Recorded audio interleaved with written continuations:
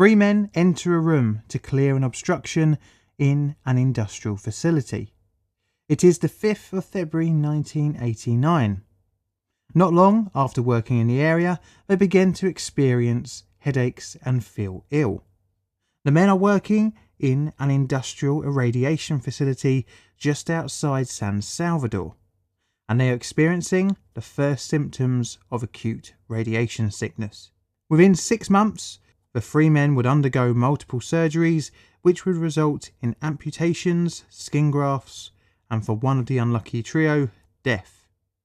The event may sound familiar, you might think, but this accident was the ignored warning which led to the Sarek radiation event just 1 year later, the San Salvador radiation event.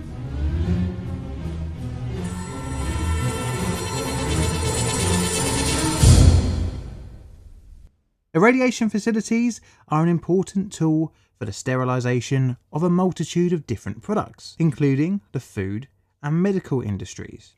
And today's story will be talking about the latter. You see, most countries have some sort of radiation facilities, be it commercially or government owned, and El Salvador was no different. One such facility was built in 1974, being commissioned in 1975. Based near the country's capital city, San Salvador. It was commissioned and owned by a Mexican, Salvadorian, Costa Rican consortium. The facility housed a model JS6300 gamma sterilizer, designed, built and supplied by Atomic Energy of Canada Limited. And those of you who have been taking notes during my videos will know that this company has come up a few times before. As part of the installation process, 3 staff were trained by the Canadian company in how to properly operate the machine. This model of a radiation device makes use of a rack for multiple pencils, of which contain radioactive source elements, in this case the gamma ray emitting cobalt-60. At the time of installation, the total reactivity was 4 petabecquerels, but this reduces over time, necessitating semi-regular replacement to ensure reasonable irradiation times. This is held in place by a hoist and guide cables. When not being used for irradiation duties, the rack is lowered into a water pool for shielding by a pneumatic hoist working the hoist cable. The whole irradiation machine is housed inside a concrete shielded room, accessible via an area called the maze, protected by an interlocked door. The radiation room door can be opened from the inside so that personnel cannot be locked in. An emergency pullway cable was also provided, mounted along the walls of the radiation room and the entrance maze. This actuates a stop switch that lowers the source or stops the startup operation. Materials to be irradiated are usually placed in cardboard or fiberglass boxes. These containers are then themselves placed on a metal tray. Pneumatic pistons push the boxes along a set path over 2 levels, each time exposing a side of the box to the source. The path the boxes take results in 29 irradiation positions, and the time in each position was around 2 hours and 20 minutes. During an irradiation cycle, access to the room has to be restricted because of the high risk of exposure to the cobalt-60. The irradiation room had a number of controls to prevent A. access to the room when the source is out of the pool, and B. the source being raised when someone is in the room. This was designed into the system by AEC Limited, and a vital part of this was the machine key. This was used to open the irradiation room door, operate the control panel, and actuate a time delay switch inside the room. And only one key was used as an extra method to prevent activation of the irradiator when the room was accessed. To enter the room, the operator must go to a monitor test panel next door. There, they would have to initiate a monitor test by pushing the appropriate button. This will take a reading of the radiation levels in the room by using a sensor probe installed near the irradiation machine. But once the button is released, the probe must again be able to read background radiation levels before releasing the interlock, allowing the door to be opened. On top of the hardware and forced safety, proper administrative controls are also meant to be used. This also ties back to the important machine key, and on this key a radiation monitor is meant to be attached. This is meant to make sure that upon entry to the room at least one method of dose rate monitoring is provided. This is meant to be calibrated before any entry on a known low radioactive source within the door frame of the entry door. Now that's the basics of how the operation was meant to happen. Let's return to reality starting in 1975, as multiple levels of safety controls would break down and be forgotten over the following years. Not long after operation had commenced, the facility would experience its first incident. In 1975, the facility experienced a product jam and product boxes obstructing the movement of the source rack. This caused the rack to deform, allowing the pencils to fall out. But the staff on site, who had been trained by Atomic Energy of Canada Limited, dealt with the incident with no major issues. In response, the supplier investigated the issue with the machine and repaired it accordingly. The facility would change hands later on in 1975, when it was sold to a consortium in the United States of America. And during the change of ownership, the originally trained staff would be let go. This resulted in new staff being trained verbally and not from the original equipment supplier. The facility, like many other establishments in the country at the time, would fall victim to the El Salvador Civil War. Beginning on the 15th of October 1979, the conflict would run for over 12 years, and as such, the facility fell into disrepair as economic hardships gripped the country. Because it was feared the facility may become a target in the Civil War, nothing on site was written down, and even the location of the plant was not made public knowledge. The owners were fearful of allowing officials from the government on site, and any new employees were told as little as possible, including the dangers of the materials used by the machinery. The source needed to be replenished by the beginning of the 1980s. This was due to the natural decay of the cobalt-60, but costs meant it was left as it was. Eventually in 1981, the owner of the plant reached an agreement with the supplier for replenishment of the source. A representative travelled to San Salvador, only to turn back at the airport due to the escalating civil war. Another side effect of the civil war was the lack of safety inspections from the supplier. All of this led to a gradual misunderstanding of the equipment's safety features, as staff trained new staff verbally, resulting in variations way beyond what the original supplier would have given. Another component was that governmental radiological administration was also lacking. Understandable due to the political issues at the time, but this would result in regulatory legislation being non-existent. The situation wouldn't get much better throughout the 1980s, with the facility making do amending the machinery, including modifications that the manufacturer would never have approved of. The lack of maintenance resulted in the vital monitor probe failing.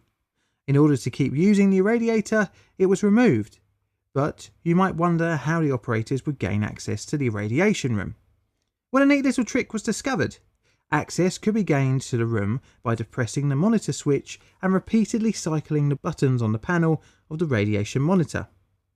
This method became the usual procedure gaining access to the radiation room, even when the rack was in a deadly up position. Regardless of the now non-working interlock, the access door had become badly fitted, due to lack of maintenance, which resulted in it being openable by force or by using the blade of a knife to slip the catch.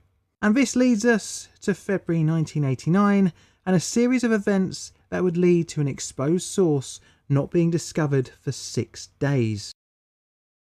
It is Saturday the 4th of February 1989 and one of the operators starts his night shift. As was the norm for the facility, he had to deal with a number of power failures and problems with the pistons, but after some wrangling he managed to restart operation each time. At about 2 AM on Sunday the 5th of February, during a much needed coffee break, a fault occurred which caused the source rack to be lowered automatically from the irradiation position. Needless to say, this would be a problem. Lowering the source caused an alarm to sound that indicated that the rack was neither up nor down. The operator, returning from his break, heard the alarm and promptly went to the control panel to try and perform the reset procedure, but this failed. The next step in the operator's repertoire was to leave the building, go outside and climb onto the roof to try and force the source hoist down.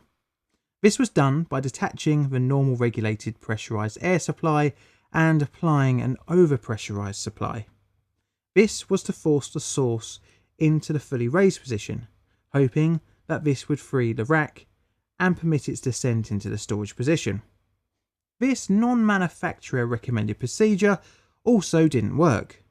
The alarm continued, and in order to trick the system, the operator pulled on the cable until it left the hoist mechanism.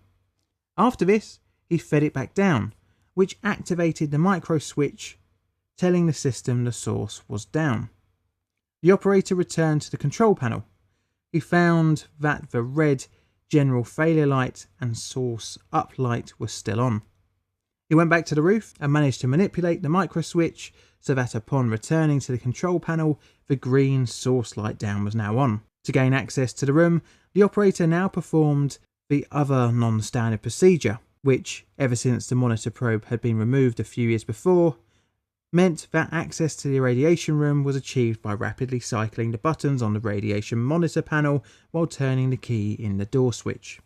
This simulated background radiation readings, thus allowing the radiation room to be entered even though the source rack was in the up position. The operator knew the rack was in the up position, but it seems like he was not aware of the dangers this posed, as his next move was to cut power to the radiation machine and enter the room. He did not check the radiation level. Once he reached the machine and guided by torchlight only, he started removing product boxes, gradually working his way closer to the source rack. Near the source rack, he found 5 boxes jammed into the space of 4.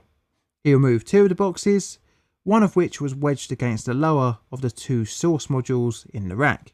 This took several minutes, leading to an extended exposure time. Unable to fully clear the machine, he left the room, restored power and sought out assistance from some of his colleagues.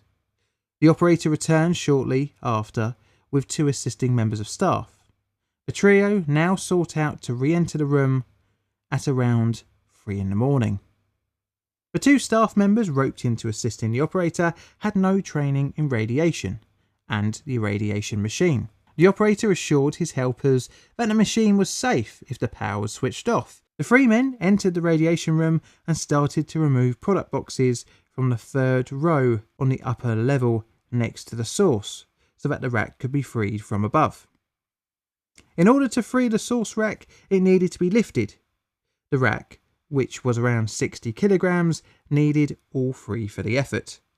Standing on the upper level product tray, one of the men pulled the hoist cable. The other 2 lifted the source rack. After being freed, the rack was then lowered into the pool. The men were surprised at the Cherenkov glow that greeted them.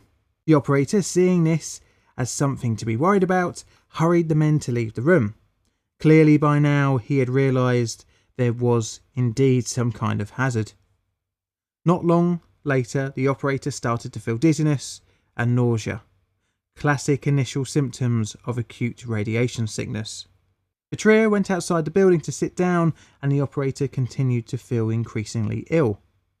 At about 3:30 in the morning, he began to vomit blood, and 2 of the men went via taxi to seek medical help.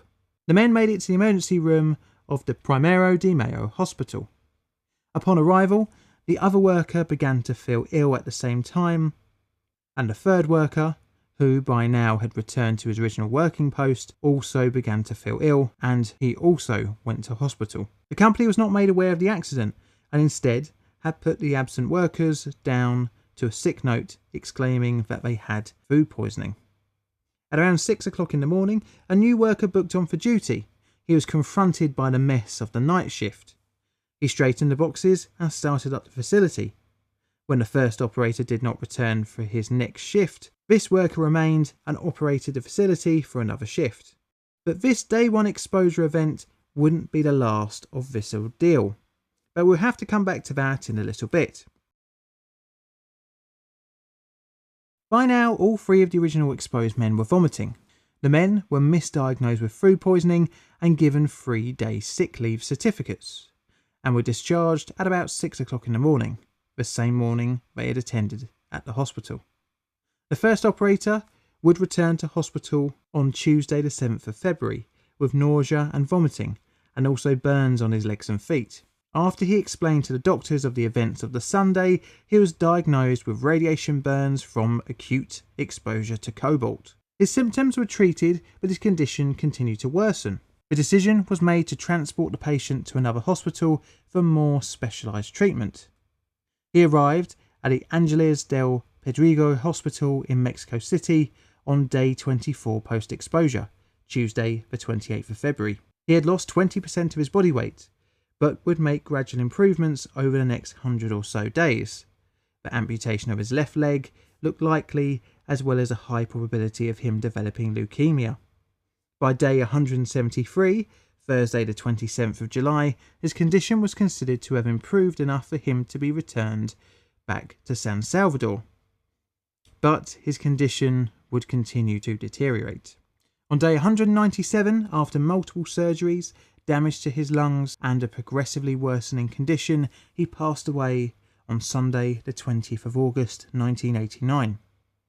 The other two exposed workers would fare a bit better due to them only being in the radiation room once. The second patient, who went to the hospital with the operator, returned to work 4 days post-exposure but was sent home due to his poor health. He again returned to work on day 9 post-exposure, Monday the 13th of February, but was unable to lift heavy objects. With discomfort in his feet, he returned to hospital where he was then admitted for radiation exposure. Like the operator, he was too sent to Mexico City for treatment, where he would have his left leg amputated due to necrosis. He returned to San Salvador on day 173, where he would then have his right leg amputated. But luckily for him, from there his condition improved. The third victim was the least exposed of the three. He was too transferred to Mexico City, but spent less time there receiving treatment for ARS. Upon returning to San Salvador, he would remain off work sick until day 199 post-exposure, or Tuesday the 22nd of August 1989. The operator's mean body dose was 8.1 Gray. For reference, 5 Gray as a whole body dose can be lethal, and he had more than that, with his torso receiving an estimated 10. The other two men received 3.7 and 2.9 Gray respectively. Back to the aftermath of the exposure after the first operator never returned to work on Monday evening. Well, the company just kind of carried on as normal. What the operators didn't know was that the source rack had been bent, and it was only a matter of time until another incident, which would come on the Wednesday after the initial incident, where the rack became jammed again. But this time, it was released by the overpressure trick. Thursday the 9th, day 5 after initial exposure, some of the source pencils escaped the rack and fell into the pool and the irradiation room. This was discovered on Friday, day 6 post-exposure, after quality assurance discovered the products had been irradiated less than normal. 4 workers would enter the room after checking the dose rate on a beeper-style detector just outside the door, which was essentially a pointless endeavour, as the dose rate outside the room would have been 30 times lower than inside. Upon entering, they were exposed to one of the pencils, which had escaped the rack, but their exposure was low, ranging from 0.22 to 0.09 Gray. But this could have been far worse if more pencils had escaped. This now left a massive headache for the owners. How to make the irradiation equipment safe and secure. This forced management to finally request the supplier's assistance. 2 experts from the supplier arrived at the plant on day 9, Monday the 13th of February. They succeeded in determining, by means of a remote television camera and an ion chamber device sent into the radiation room attached to a product carrier, that there was an active source pencil on the upper level. They drilled a hole in the roof of the irradiation room, and on day 11, Wednesday the 15th of February, using a remotely controlled tool, succeeded in picking up the pencil, successfully lowering it into the pool. At 19:30 on the same day, The experts confirmed that the radiation in the irradiation room was at normal background levels. Due to the poor state of the facility, the supplier disabled the machine, and a full count of the source pencils was photographically undertaken and confirmed all were in the pool in November 1989. The incident was caused by a jam of the fiberglass boxes. By 1989, many of these containers had become cracked, resulting in a high chance of getting caught within the machine. The boxes were forced against a thin steel bar in the frame in which the source rack is raised and lowered. The deformation of this bar was enough to cause the source rack to become stuck in the raised position. The main issue of the incident was down to the actions of the staff on the day. If the product jam had happened just after the facility had been opened, it is likely the issue would have been dealt with safely. But 2 decades of neglect and poor training resulted in the dangerous actions of the staff at the facility. The operation of the facility safely was greatly hindered by the political and financial situation in the country, as the supplier did not have the ability to send out the staff to inspect the plant due to safety concerns. The plant was refitted with a new radiator in the early 90s and subsequently had its safety procedures and safety systems overhauled. This video is a Plain Difficult production. All videos on the channel are Creative Commons Attribution Share Alike licensed. Plain Difficult videos are produced by me, John, in a currently dark and cold southeastern corner of London, UK. Help the channel grow by liking, commenting and subscribing. Check out my Twitter for all sorts of photos and odds and sods, as well as hints on future videos. I've got Patreon and YouTube membership as well, so if you fancy checking them out, please do. And all that's left to say is thank you for watching.